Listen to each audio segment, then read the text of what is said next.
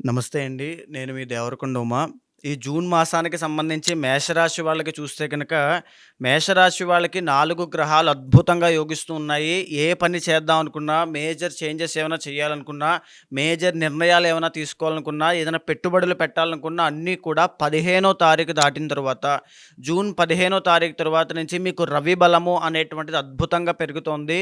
అక్కడి నుంచి ప్రతి పనిలోనూ విజయవంతంగా ముందుకు వెళ్ళేటువంటి అవకాశాలు కనబడుతున్నాయి. రాజకీయ నాయకులకి పదవీ యోగములు, గుర్తింపు పొందేటువంటి అవకాశములు కనిపిస్తున్నాయి.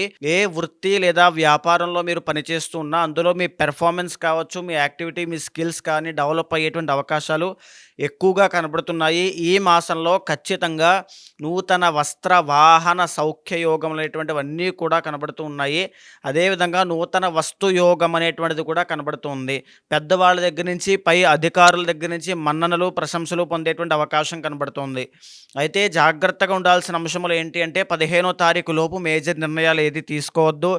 ఆరోగ్యం విషయంలో చాలా జాగ్రత్తగా ఉండండి. డబ్బును పొదుపుగా పెట్టుకోండి. డబ్బు విచ్చలవిడిగా ఖర్చు పెట్టడం వల్ల తర్వాత మళ్ళా మీరే బాధపడేటువంటి అవకాశాలు చాలా ఎక్కువగా ఉంటాయి.